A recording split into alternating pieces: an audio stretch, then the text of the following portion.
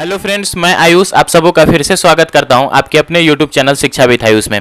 दोस्तों, जैसा कि आप सबको पता है कि आपका 22 सितंबर को आपका एंट्रेंस एग्जाम हुआ था बीएड से रिलेटेड। फिर उसके बाद आपका उसका नंबर सबको शो किया गया, फिर आपका रिजल्ट आया और साथ ही जो है सो कल से आपका 7 तारीख से काउंसलिंग का प्रोसेस जो है स्टार्ट हो गया है। अगर नोटिफिकेशन जो नोडल यूनिवर्सिटी के वेबसाइट पर आया था उस पर अगर आप लोग देखेंगे, उस नोटिफिकेशन को जाके विजिट करेंगे, वहाँ पे चेकआउट करेंगे, तो वहाँ आपको जो है सो जाहिर है कि सारा कुछ का डेट दे दिया गया है।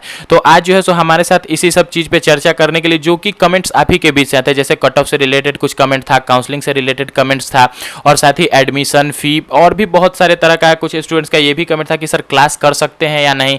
बहुत सारे दोस्त ये भी थे जो कि आपका एडिशनल कोर्स कहीं कर रहे हैं, ठीक है, जैसे कोई बीपीएससी का कोर्स कर रहे हैं, साथ ही किन्हीं का आपका जो है सो ऑफलाइन कोर्स है, किन्हीं का ऑनलाइन कोर्स है। तो हर तरह के स्टूडेंट्स जो हैं इस बार जैसा कि देखा गया है तो बीएड कोर्स करने के लिए इच्छुक हैं। अब इसमें क्या इसके अपॉर्चुनिटी है बीएड करने के बाद, तो इन सभी चीज़ों पे चर्चा करने के लिए आज हमारे साथ हैं बीएड क्वालिफाइड एक स्टूडेंट्स हैं जिनका नाम है आपका बजरंगी कुमार सिंह। तो बजरंगी भैया से हम लोग जानेंगे, जो कि 17-19 सेशन में इनका बीएड कंप्लीट हो चुका है यहाँ वैशाली जिले के रंजीत प्रकाश सिंह इंदू कॉलेज से, ऐसा कुछ कॉलेज का नाम है, जो कि आपका बिहार यूनिवर्सिटी के अंतर्गत एक प्राइवेट कॉलेज है। तो हम लोग भैया से सबसे पहले एक छोटा सा इंट्रो ले लेते हैं, फिर जानते हैं कि बाकी जो हम लोग के बीच का आप लोग के बीच का कमेंट था उसको एक एक करके हम लोग जो है सारा डाउट क्लियर करेंगे। तो आइए भैया, सबसे पहले एक छोटा सा आप अपना इंट्रो दे दीजिए। थैंक यू कि आपने मुझे बुलाया। मेरा नाम बजरंगी लाल सिंह है। मैंने बिहार यूनिवर्सिटी से इंदू देवी रंजीत कुमार प्रकाश कॉलेज से मैंने 17-19 के सेशन में बीएड कंप्लीट किया है।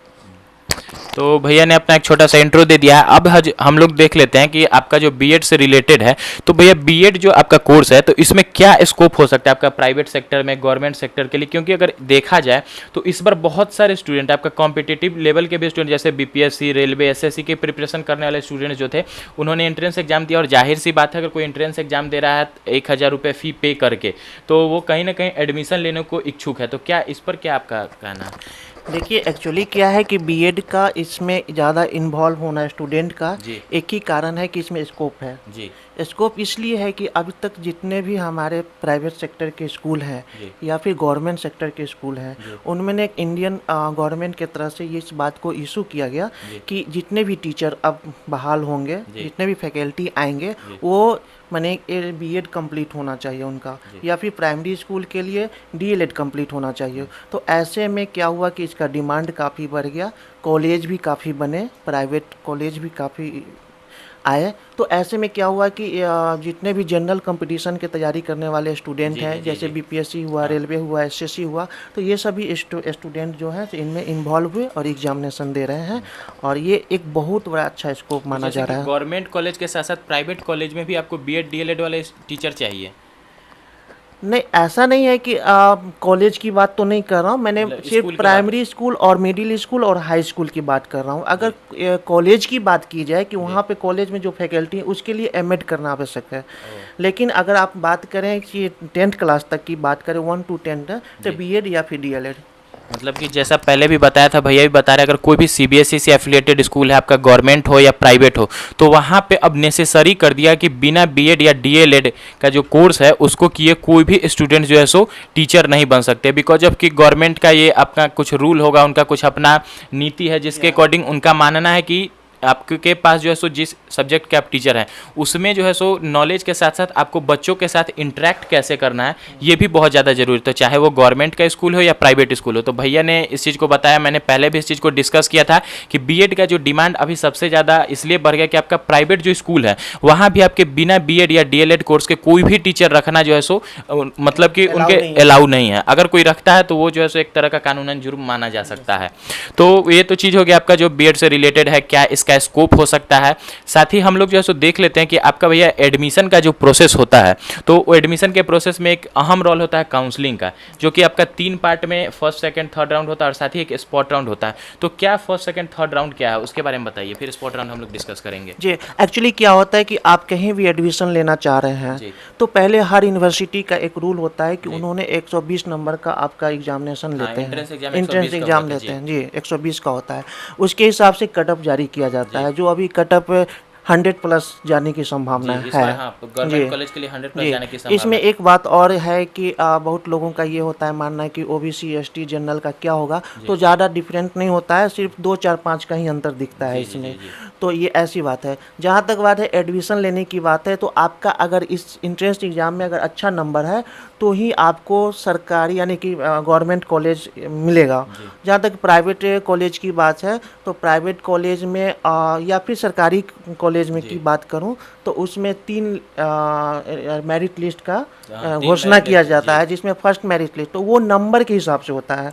आपका कितना नंबर है, उस नंबर से अगर आपका हाईएस्ट नंबर है तो पहले आप सरकारी यानी गवर्नमेंट कॉलेज में जाओगे। अगर उससे कम है वहाँ पर सीट, क्योंकि हर कॉलेज का 100 सीट होता है। हाँ, हाँ, कम 100 है लेकिन ज़्यादा ज़्यादा नहीं है। जी, जी। आपका 90 तक सीमित हो सकता है, लेकिन 101 नहीं हो सकता जी, है। तो ऐसे में क्या होता है कि आपका वहाँ पर फर्स्ट मेरिट लिस्ट इशू किया जाता है, उसके बाद उससे अगर वो कॉलेज में अगर सीट फुल नहीं होता है तो सेकेंड मेरिट लिस्ट दिया जाता है। सेकेंड मेरिट लिस्ट से भी अगर ये नहीं होता है तब जाके थर्ड मेरिट लिस्ट, और ये मेरिट लिस्ट यूनिवर्सिटी इशू करती है। जी, मतलब किसी कॉलेज का के द्वारा इशू नहीं किया नहीं होता है। यूनिवर्सिटी जो है सो उस लेटर को भेजेगी, यूनिवर्सिटी उस अथी को मेरिट लिस्ट को भेजेगी, उसके थ्रू कॉलेज उसका एडमिशन लेगा। उसमें कॉलेज का कोई ऐसा योगदान नहीं होता है। देखिए, तो जैसे आपका नोटिफिकेशन में भी दिया गया था, मैंने आप सबको बताया भी था कि आप लोग नोडल यूनिवर्सिटी का जो वेबसाइट है उस पर जाके विजिट कीजिए। तो वहाँ भी क्लियरली मेंशन था कि अगर फर्स्ट राउंड में सीट पूरा फुल हो जाता है तो आपका सेकंड राउंड एलिजिबल नहीं होता, मतलब सेकंड राउंड नहीं होगा। भैया ने भी ऐसा ही बताया कि अगर फर्स्ट राउंड में सीट फुल हो जाता है तो सेकंड राउंड होगा ही नहीं, क्योंकि जाहिर सी बात है जब फर्स्ट राउंड में पूरा सीट फुल हो जाता है तो सेकंड राउंड नहीं होता। लेकिन जनरली ऐसा देखा गया है कि आपका नहीं हो पाता है, तो आपका फर्स्ट राउंड होगा, सेकेंड राउंड होगा, थर्ड राउंड होगा, आपका 3 मेरिट लिस्ट जारी होगा आपके नंबर के अकॉर्डिंग। साथ ही एक स्पॉट राउंड होता है। तो स्पॉट राउंड के बारे में ये धारणा है कि जैसे किन्हीं का 55 नंबर है और किन्हीं का 40 नंबर है, अगर 40 नंबर वाले स्पॉट राउंड के लिए पहले पहुंच जाते हैं तो उनका एडमिशन हो जाता है, ना कि 55 वाले का। तो क्या भैया ये सही बात है? नहीं, ऐसा क्या होता है कि 55 नंबर वाले को पहले ये किया जाता है, सूचना दिया जाता है कि आपका सिलेक्शन हो गया है, आप जाके एडमिशन किसी भी कॉलेज में ले सकते हो। नोटिफिकेशन हम लोग के समय 17 की बात अगर की जाए तो उस समय क्या था कि हम लोग जिस समय फॉर्म फिलअप किए थे तो उसमें कॉलेज का नाम देना पड़ रहा था। अब ऐसा नहीं है। ऐसा इसलिए नहीं है कि आप उस यूनिवर्सिटी के थ्रू जितने भी कॉलेज हैं वहाँ पे आप जाके एडमिशन ले सकते हो, तो वो पता करना पड़ता है आपको।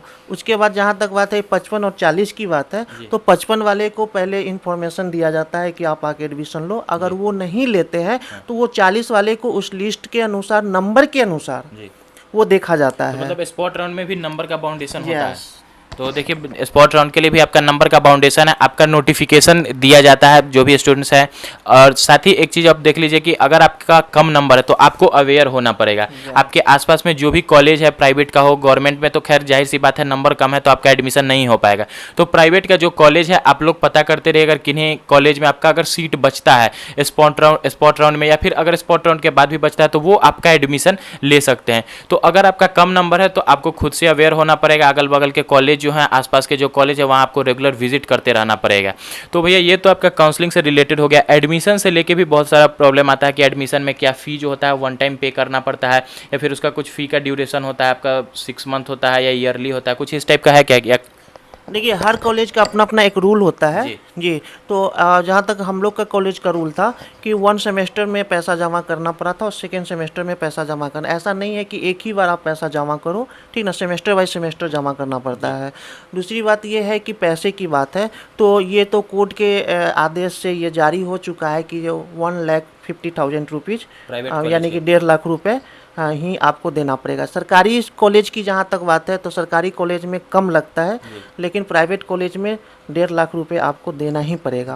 और 1.5 लाख में आपको 75,000 रुपये फर्स्ट सेमेस्टर में और 75,000 रुपये सेकेंड सेमेस्टर में आपको देना पड़ता है। ये तो भैया जैसे कुछ कॉलेज होगा तो 1.5 लाख है, तो बहुत सारे कॉलेज में ऐसा भी देखने को मिला कि प्राइवेट कॉलेज वाले के बारे में जो आम धारणा मैं उसके बारे में बात करता हूँ। तो स्टूडेंट्स के बीच में आम धारणा है, जैसे वो बताते हैं कि जो आपका हाईकोर्ट के द्वारा निर्देशित है 1.5 लाख रुपये, उसके अलावा भी कुछ एग्जाम फी या आपका लाइब्रेरी चार्ज या कोई भी एडिशनल चार्ज करके जो वो 2 लाख के आसपास में पहुंच जाते हैं। तो क्या इस तरह का जो है सो कुछ कॉलेज में होता होगा जी या आपके हाँ, कॉलेज में ऐसा हुआ था? ऐसा होता है। ऐसा इसलिए होता है कि हर कॉलेज का अपना रूल होता है, उनका अपना एक फैसिलिटी होता है। जी। हो सकता है कि आपका जो प्राइवेट कॉलेज है वो अलग से फैसिलिटी दे रहा हो, जी। बहुत तरह की सुविधाएं दे रही हो, जी। तो ऐसे में तो वहाँ पे फी थोड़ा ज़्यादा बनता है। ये हर कॉलेज का अपना एक अलग रूल है, जी। इसमें कुछ कहना बड़ी मुश्किल है। और जहाँ तक की बात है कि आपका जो भी 1.5 लाख रुपया है वो तो फिक्स है ही। जी। दूसरी बात ये है कि मतलब इसमें आप बढ़ में सकता है, कम नहीं अटेंडेंस, सकता है। हाँ, बढ़ सकता है, कम नहीं सकता है। उसमें बहुत सारे लोचे हैं, जैसे कि आपका एडमिशन में लेट होना, जी।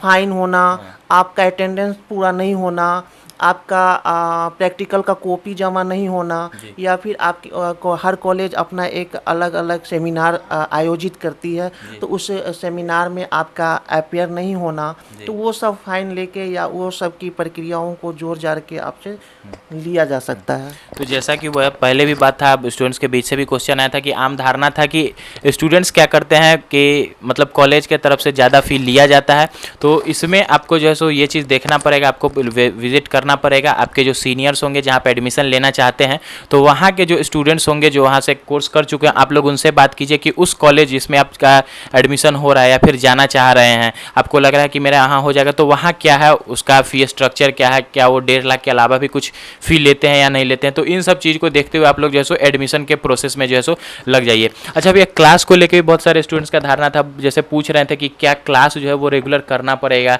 या नहीं करना पड़ेगा, अगर नहीं करते हैं तो उनके साथ पर्सनल क्या कोई प्रॉब्लम हो सकता है क्या, उनको नॉलेज को लेके, या फिर आपको जो है सो इन फ्यूचर किसी तरह का कोई प्रॉब्लम? प्रॉब्लम तो हो सकता है, स्वाभाविक है प्रॉब्लम होना, क्योंकि आप कुछ किसी कोर्स को करने जा रहे हो और आप क्लास नहीं कर रहे हो तो प्रॉब्लम होगा। क्योंकि मैं आपको बता दूं कि आप जो 1 क्लास से लेके 10 क्लास यानी 12 या फिर ग्रेजुएशन तक जो आपने स्टडी करा है, आपने जो लैंग्वेज पढ़ा है, उससे कहीं अलग लैंग्वेज और स्टडी का जो रूल होता है वो बीएड का अलग होता है।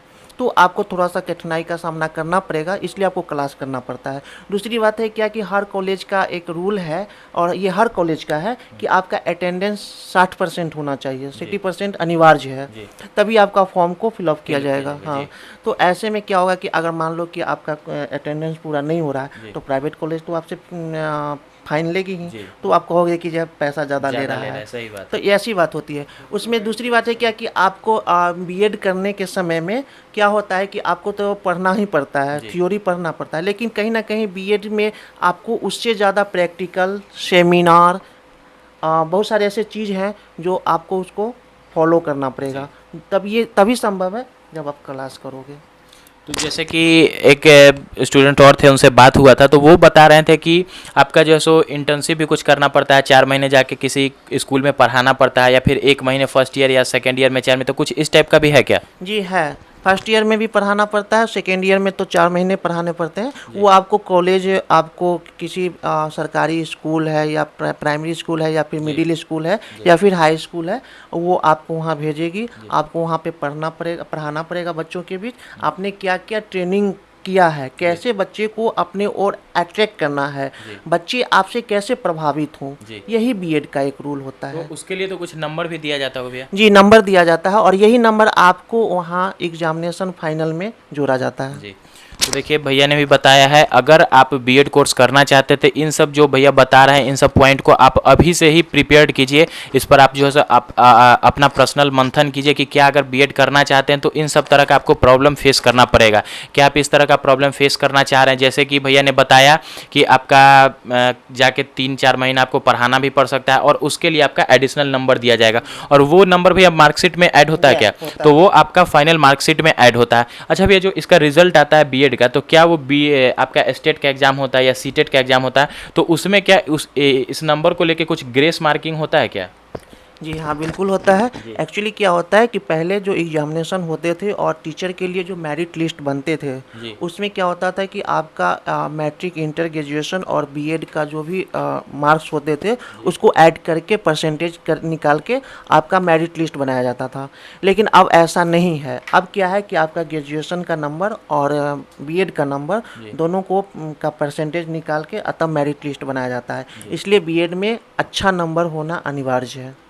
देखिए भैया ने भी बताया, अगर बीएड करना चाहते हैं तो आप इसको एडिशनल कोर्स ना समझ के आप इसको मेन कोर्स समझिए, ठीक है। साथ में क्या है, अगर आप एडिशनल कर रहे हैं वो ठीक है आपके लिए, लेकिन अगर आप इन फ्यूचर आप इसको बीएड को लेके आप अपना प्रोफेशन बनाना चाहते हैं टीचिंग लाइन में, तो आपको बीएड जो है सो एक मेन कोर्स के तरह करना पड़ेगा, ना कि आप कहीं अलग किसी भी चीज़ का प्रिपरेशन करिए और साथ में जो है सो एडिशनल इसको लेके चलिए। आपको इसको एडिशनल, बीएड को एडिशनल लेके नहीं चलना होगा, बीएड को आपको एज अ मेन कोर्स लेके चलना पड़ेगा, क्योंकि आपके पास बच्चों के साथ इंटरेक्ट कैसे करना है, उनको कैसे टीच करना है, उनको कैसे लर्न करना है, उनको एक डिसिप्लिन मेंटेन करना सिखाना जो है सो वो आपको पूरी तरीके से आना चाहिए, ठीक है। वेल मैनर्ड में स्टूडेंट्स कैसे रहे। तो अगर आप बीएड करना चाह रहे हैं तो आप अगर रेगुलर क्लास नहीं करेंगे तो इन सब चीज़ के बारे में आपको खुद जब पता नहीं होगा तो आप स्टूडेंट्स को क्या बताएंगे। बीएड करना मेरे हिसाब से जैसा लग रहा है एक प्रोफेशनल टाइप का कोर्स होता है, मतलब ये कोर्स जो है सो आप खुद के साथ साथ जो है सो इन फ्यूचर बहुत सारे स्टूडेंट्स के लिए कर रहे हैं। बीएड करने का मतलब ये नहीं हुआ कि आपको वहाँ पे ज्ञान की प्राप्ति होगी। बीएड करने का मेन मकसद है कि आप दूसरे को कैसे ज्ञान दे रहे हैं, कैसे अपनी ओर उसको आकर्षित कर रहे हैं, क्योंकि बच्चे, हर बच्चे थोड़ा नटखट होते हैं, तो वहाँ पे ये नहीं सिखाया जाता है कि आपने क्या पढ़ा है, आपने क्या सीखा है या क्या सीखेंगे, ऐसा कुछ नहीं है। वहाँ पे बच्चों को कैसे सिखाना है, यही बीएड का मेन उद्देश्य होता है। तो भैया ने भी बताया कि आपका बीएड का मेन मकसद आपके ज्ञान की प्राप्ति नहीं है, स्टूडेंट से आप किस तरह से इंटरेक्ट होते हैं, किस तरह से आप उनके बीच में अपना ज्ञान को डालते हैं, ठीक है, और उनको कैसे एक जो है सो आप जिम्मेदार नागरिक बनाते हैं, उनके भविष्य को आप कैसे सुधारते हैं। तो बीएड का मेन जो है सो पर्पस यही होता है। बीएड टीचर इसीलिए जो है सो गवर्नमेंट और प्राइवेट सेक्टर में रखने का जो है सो आपका गवर्नमेंट का रूल इसीलिए शायद लगाया गया है। तो ये सब तो भी एक हो गया। अगर आपके कॉलेज की बात करें तो आपके कॉलेज को जो फैकल्टी थे वो किस तरह के फैकल्टी थे, क्या वो क्लास करवाते थे, या फिर जो जनरली गवर्नमेंट कॉलेज या फिर प्राइवेट कॉलेज के बीच में धारणा होता है कि वहाँ पे पढ़ाई नहीं होता है, तो इस तरह का भी कोई बात है क्या फैकल्टी की आपके, या फिर जो भी स्टूडेंट्स थे आपके कॉलेज में उन सबों का डाउट क्लियर करते थे, किसी भी तरह के प्रॉब्लम को साथ में बैठ के सॉल्व करवाते थे, इस तरह का कुछ? जी, अन्य कॉलेज की बात करें तो उतना तो मैं नहीं जानता हूँ, लेकिन मैं इंदू देवी रंजीत प्रकाश कॉलेज में जब मैंने वहाँ एडमिशन लिया था तो वहाँ पे सभी, क्योंकि ऐसा माना जाता है कि भारत में अगर ठीक है बीएड का अगर कोई गढ़ तो वो है यूपी, ठीक ना। तो यूपी में काफ़ी अच्छे फैकल्टी भी हैं, तो वहीं से फैकल्टी को लाया गया था। तो आपके और कॉलेज में जो भी फैकल्टी थे वो यूपी के थे और कुछ बिहार के भी थे, लेकिन यूपी के भी थे। तो उनसे मेरा क्लास होता था और उन्होंने हर संभव जितने भी प्रॉब्लम होते थे वो उसको सॉल्व करते थे। लेकिन थोड़ा सा हमें भी शुरुआत में थोड़ा सा प्रॉब्लम हुआ था, क्योंकि मैंने जो पढ़ा था अब तक के उससे कुछ अलग उससे कुछ हट के उसका विषय होता है, ठीक ना। हट के विषय होता है तो थोड़ी सी कठिनाई होती है, लेकिन आप रेगुलर अगर क्लास करते हैं तो सारा चीज़ आपका सॉल्व हो जाएगा। देखो, तो जैसा कि फैकल्टी का बात है, भैया ने बताया कि बीएड में जो है सो आपका मतलब यूपी में जो है सो उसका गढ़ है, बीएड सबसे ज़्यादा वहीं होता है, सबसे ज़्यादा कॉलेज हैं, स्टूडेंट्स हैं। तो इनके कॉलेज में जो भी आपके फैकल्टी थे ज़्यादातर फैकल्टी यूपी से थे। तो भैया जैसा बता रहे हैं, अगर स्टूडेंट्स इच्छुक हैं, पढ़ना चाह रहे हैं, तो टीचर उनका जो है सो पूरे तरह से सपोर्ट करते हैं। तो भैया जैसे रेगुलर क्लास करते थे, ये जाते थे, और साथ ही पहले भी बताया कि भैया अपने स्कूल में टॉपर हैं, फर्स्ट रैंक है इनका। कितना नंबर है भैया आपका? मेरा 79.82 है। 79.82 मतलब अप्रॉक्स 80 के आसपास में, और बीएड टाइप के कोर्स में इतना नंबर काफ़ी ज़्यादा होता है। तो अगर फैकल्टी की बात करेंगे तो काफ़ी अच्छे फैकल्टी थे इनके कॉलेज में, और वो डिपेंड करता है स्टूडेंट्स को कि वो फैकल्टी को जो है सो उनसे कैसे जो है सो लाभ उठा सकते हैं। जाहिर सी बात है, अगर स्टूडेंट्स नहीं चाहेंगे, क्लास नहीं जाएंगे, तो वो नहीं सीख पाएंगे। और फैकल्टी को भी क्या करना है, अगर नहीं बच्चे होंगे तो फैकल्टी किसको पढ़ाएंगे। लेकिन यही चीज़ है कि अगर आप पढ़ना चाहते हैं, इच्छुक हैं, तो आप जो है सो फैकल्टी से लाभ उठा सकते हैं। तो ये तो भैया ये सब छोटा सा चर्चा हो गया। साथ में अगर आपके कॉलेज की बात करें, अगर लाइब्रेरी का, तो लाइब्रेरी वगैरह का क्या फैसिलिटी था आपके कॉलेज में? जी, लाइब्रेरी का फैसिलिटी था, म्यूजिक का भी फैसिलिटी था, प्लेग्राउंड भी है वहाँ पे, सारे चीज़ की फैसिलिटी है। और मुझे उस कॉलेज में सबसे अच्छा ये लगा कि स्टडी के साथ साथ वहाँ पे सेमिनार किया जाता था। सेमिनार में हम लोग को एक दिन पहले एक टॉपिक दिया जाता था, उन टॉपिक पे तैयारी करके आना पड़ता था, और हमारे एक कॉलेज में एक गेस्ट आते थे और वो काफ़ी विद्वान हुआ करते थे, और हर महीने में 1-2 बार ऐसे सेमिनार आयोजित किया जाता था, और उस टॉपिक में हर सब्जेक्ट से एक टॉपिक दिया जाता था, जैसे कि बच्चों को डेवलपमेंट कैसे करना है, अपने समाज के अंदर क्या बुराइयां हैं, अपना मेरा अधिकार निगम का क्या प्रभाव है हमारे परिवार में, हमारे समाज में, हमारे आस पड़ोस में। तो ऐसे ऐसे एक टॉपिक दिया जाता था, उस टॉपिक पे हम लोग तैयारी करके जाते थे और वहाँ गेस्ट के सामने या फिर जितने भी फैकल्टी होते थे या जितने भी हमारे साथी गण होते थे उनके सामने एक अच्छा सा भाषण यानी कि बताना पड़ता था कि हम मेरा सोच क्या है, मेरा थिंकिंग क्या है और उसमें क्या सुधार होनी चाहिए और मैंने क्या सुधार किया है। तो ऐसे में वहाँ भी उसका नंबर ऐड किया जाता था और वो सब चीज़ को देख के ही कॉलेज, क्योंकि इसमें एक क्या बात है कि आपको थियोरी में तो नंबर यूनिवर्सिटी देती है क्योंकि यूनिवर्सिटी के थ्रू ही एग्जामिनेशन होता है, लेकिन क्या होता है कि इसमें उससे भी ज़्यादा नंबर आपका कॉलेज की तरफ से होता है। क्योंकि प्रैक्टिकल का जितना भी नंबर दिया जाता है वो वीटो पावर कॉलेज के पास होता है। तो आप कॉलेज में अच्छा प्रदर्शन कर रहे हैं, आपका अटेंडेंस अच्छा हो रहा है, आप एक अपने फैकल्टी के लिए भी कोई नंबर होता है या होता है, तो अटेंडेंस का भी नंबर ऐड किया जाता है। ये कॉलेज की तरफ से अपना इशू किया जाता है, 5 नंबर 10 नंबर जो भी हो। यूनिवर्सिटी की तरफ से भी किया जाता है कि आपने अगर मान लिया कि आपने 100 में 90 या 80% आपने अटेंडेंस बनाया किया है तो आपको यूनिवर्सिटी बहुत बजाबते से आपको वहाँ पे बुलाती है। तो ये सारे प्रावधान हैं, ऐसा नहीं है कि नहीं है। तो जहाँ तक की बात है कि कॉलेज के नंबर देने की बात है तो प्रैक्टिकल का नंबर कॉलेज ही देता है और कॉलेज आपको नंबर तभी अच्छा देगा जब आपका वहाँ प्रदर्शन अच्छा रहेगा। तो देखिए भैया ने बताया भी, जहाँ भी आप एडमिशन ले रहे हैं तो सबसे बड़ी चीज़ है, अगर आपको मार्कशीट में एक अच्छा नंबर देखना चाह रहे हैं, अच्छा परसेंटेज देखना चाह रहे हैं, तो आपके लिए क्या है कि आपका बिहेवियर कॉलेज में अच्छा होना चाहिए। किस तरह का बिहेवियर? तो आपका जो सोशल बिहेवियर होता है, टीचर से आपका इंटरेक्ट करने का तरीका है, साथ ही आपका अटेंडेंस अच्छा होना चाहिए। मतलब मेन बात अगर देखें तो आपका जो पढ़ाई के साथ साथ जो भी आपका एक्स्ट्रा एक्टिविटीज़ है उसमें अगर आप सही हैं तो आपके मार्कशीट में कुछ ना कुछ अच्छा नंबर देखने को मिल सकता है। अटेंडेंस के लिए भी नंबर है, आपका जो भैया ने बताया सेमिनार वगैरह था तो उसमें भी इनका नंबर दिया जाता है। तो अगर आप लोग करना चाह रहे हैं बीएड तो ये सब आपके साथ प्रॉब्लम आ सकता है। अच्छा भैया, एग्ज़ाम सेंटर को लेके, जैसे आप बिहार यूनिवर्सिटी से थे तो आपका एग्ज़ाम सेंटर क्या बिहार यूनिवर्सिटी के किसी कॉलेज में जाता था या फिर किसी भी यूनिवर्सिटी में जा सकता है? ऐसा कुछ भी नहीं है। आप अगर मेरे समय की बात अगर किया जाए तो जितने भी कॉलेज हैं सब यूनिवर्सिटी के थ्रू ही हैं और जो यूनिवर्सिटी जैसे कि बिहार यूनिवर्सिटी है तो बिहार यूनिवर्सिटी का एग्जामिनेशन बिहार यूनिवर्सिटी के ही किसी कॉलेज में मिलेगा। जी, तो प्राइवेट या गवर्नमेंट किसी में भी जा सकता है? गवर्नमेंट किसी में भी जा सकता है। अगर आप नालंदा यूनिवर्सिटी से हैं, पटना यूनिवर्सिटी से, तो पटना यूनिवर्सिटी सिर्फ पटना यूनिवर्सिटी में, ऐसा नहीं है कि इस यूनिवर्सिटी का सेंटर अदर यूनिवर्सिटी। जैसे आप ग्रेजुएशन में एग्जामिनेशन देते हैं तो ग्रेजुएशन का एग्जामिनेशन का सेंटर कहाँ जाता है? उसी यूनिवर्सिटी के किसी कॉलेज में। हूबहू यही बात यहीं पर भी है, ऐसा कुछ नहीं है कि अलग दिया जाएगा। एक और क्वेश्चन है भैया, जैसे कि ये कमेंट में क्वेश्चन आया था, पर्सनल एक आदमी से मेरी बातचीत हुई थी, वो भी शायद इस बार बीएड करना चाह रहे हैं। तो मैंने उनसे बात किया था तो वो बोल रहे थे कि अरे पढ़ना कोई ज़रूरी नहीं है, जाएंगे चोरी करके पास हो जाएंगे। तो क्या इस तरह का कोई बात है? क्वेश्चन थोड़ा सा करवा है, लेकिन जो बात है मैंने वो आपसे पूछा कि क्या एग्जाम सेंटर में जैसे चोरी चलता है कि बिहार में एक बहुत बड़ी धारणा है कि पास कर जाएंगे, पास करना कोई बड़ी बात नहीं, तो क्या इस सब तरह का कोई प्रावधान होता है क्या? जी, आप चोरी करके पास करना है, आपके पास अगर वो कला है तो चोरी करके पास कर जाएंगे, लेकिन क्या फ़ायदा होगा उससे? जब आप मान लें कि किसी टीचर कहीं बन जाते हैं, प्राइवेट स्कूल में हो या सरकारी स्कूल में हो, तो आप बच्चे को अपनी ओर अट्रैक्ट नहीं कर पा रहे हैं, आप बच्चे को हैंडल नहीं कर पा रहे हैं, आप बच्चे अपने क्लास में बच्चे को नहीं सिखा पा रहे हैं, तो ऐसे डिग्री से क्या फ़ायदा है? जहाँ तक की बात है कि चोरी तो होती नहीं है जी, चोरी तो होती नहीं है। और चोरी अगर आप करते भी हैं ना, जहाँ इसमें क्या होता है कि मैंने आपको पहले ही बताया है कि बीएड में नंबर अच्छा लाना आपके लिए बहुत ज़रूरी है, क्योंकि आप कहीं अगर गवर्नमेंट स्कूल में जाते हैं तो आपका मेरिट लिस्ट उसी पे निर्भर करता है, आपके ग्रेजुएशन के नंबर पे और बीएड के नंबर पे। तो आप मान लो कि ग्रेजुएशन में कम नंबर है, आप बीएड में अच्छा नंबर है, तो वो कहीं ना कहीं मैनेज करेगा। अगर आपका बीएड में कम नंबर है तो वो कचरे में डालने के बराबर है। अच्छा। क्योंकि आपका सिलेक्शन होगा नहीं तो बीएड करने से क्या फ़ायदा? अच्छा। क्योंकि स्टूडेंट भी बहुत हैं, 35,000 सीट है इस बार। हाँ, 93 के आसपास क्वालिफाई, 93,000 के और स्टूडेंट तो आप जानते हैं कितना बैठे होंगे जी।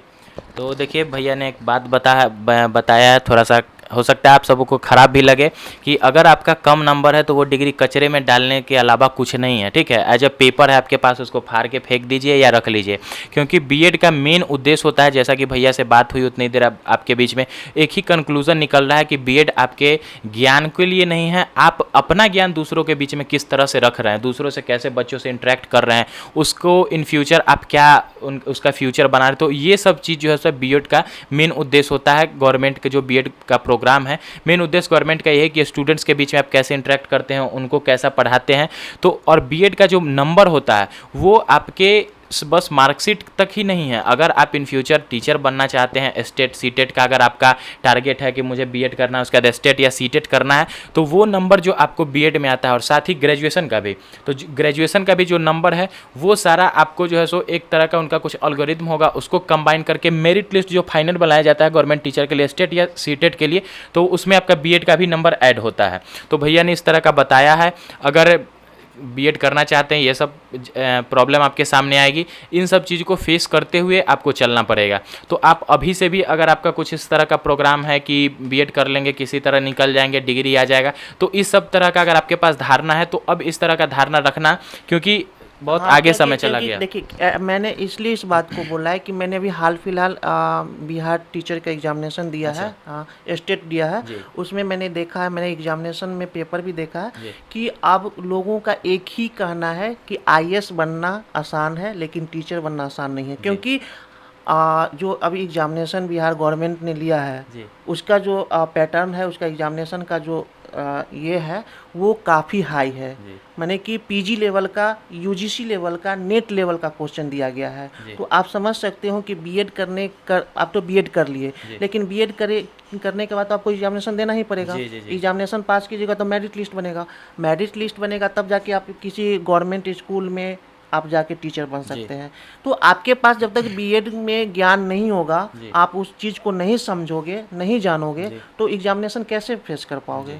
तो ये एग्जामिनेशन फेस करना बहुत ज़रूरी है, क्योंकि इस बार का जो एग्जामिनेशन हुआ है काफ़ी कठिनाइयों का सामना करना पड़ा है एग्जामिनेशन में। जी देखिए भैया भी बता रहे हैं, अगर करना है बीएड तो आपको ये सब प्रॉब्लम है आपके सामने आएगा, ये सब चीज़ आपको फेस करना पड़ेगा। ठीक है, आपको स्टेट सीटेट क्वालिफाई करना पड़ेगा। अगर इस तरह का टारगेट है तभी बीएड करें, अगर नहीं है टारगेट की डिग्री रख लेना है, तो अब वो समय नहीं रह गया कि आपके पास डिग्री आ जाएगा और आपको टीचर का जॉब लग जाएगा। क्योंकि जनरल यही धारणा है कि बीएड कर लेने के बाद तो टीचर बन ही जाएंगे। ठीक है, तो वो पहले आज से 2 साल 4 साल 5 साल पहले तक हो सकता है चल सकता होगा, लेकिन अब नहीं जाएगा। क्योंकि सारे कॉम्पिटिटिव स्टूडेंट, सबसे बड़ी बात है कि अनएम्प्लॉयमेंट है, तो जो भी आपका सेक्टर थोड़ा सा कमजोर था वहाँ पे स्टूडेंट्स का सबसे ज़्यादा फोकस हो रहा है। ठीक है, तो बीएड भी माना जाता था कि 30+ के स्टूडेंट्स आते थे टीचर बन जाते थे, लेकिन अब वो धारणा नहीं है। जो भी कॉम्पिटिटिव स्टूडेंट्स है वो भी जो है सो टीचर बनने में रुचि रखते हैं, क्योंकि काफ़ी एक अच्छा सा जॉब है, किसी भी तरह का इसमें जो है सो आपको फील्ड वर्क नहीं होता है, एक ऑफिस टाइम होता है, आइए जाइए वाला बात है यहाँ पे, और ये सब तरह का प्रॉब्लम है। तो अगर आप बीएड कर रहे हैं तो आपके पास नॉलेज होना चाहिए, क्योंकि नॉलेज नहीं तो इन फ्यूचर आप कुछ नहीं है। ठीक है, स्टेट हो सीटेट है, क्वालिफाई कर रहे हैं, आपके पास अगर अच्छा मार्क्स है तो आपको ग्रेस भी मिलेगा। तो ये सब छोटा सा चर्चा था। इसी सब बात के साथ जो है सो हम अपना जो ये छोटा सा एक इंटरव्यू था, एक वीडियो सेशन था आप सबों के लिए, तो उसको कंप्लीट करते हैं।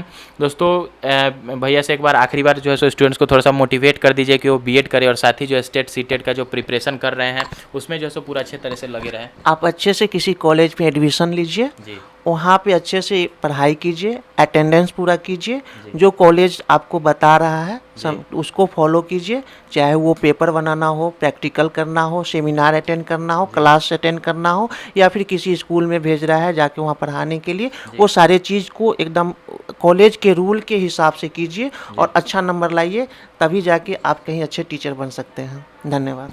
तो ये सब छोटा सा था, वीडियो में आप लोग लास्ट तक बने रहें, इसके लिए बहुत बहुत धन्यवाद। चैनल को पे अगर नए हैं तो चैनल को सब्सक्राइब कीजिए, साथ में बेल आइकन को क्लिक कर लीजिए, ताकि इस तरह का और भी जो रेगुलर अपडेट होगा या फिर भैया से और भी किसी तरह की जानकारी चाहिए होगी तो आप लोग कमेंट बॉक्स में आसानी से उस चीज़ को पूछ सकते हैं। और वीडियो को लाइक कीजिएगा, फ्रेंड सर्कल में शेयर कीजिएगा। वीडियो में लास्ट तक बने रहने के लिए बहुत बहुत धन्यवाद।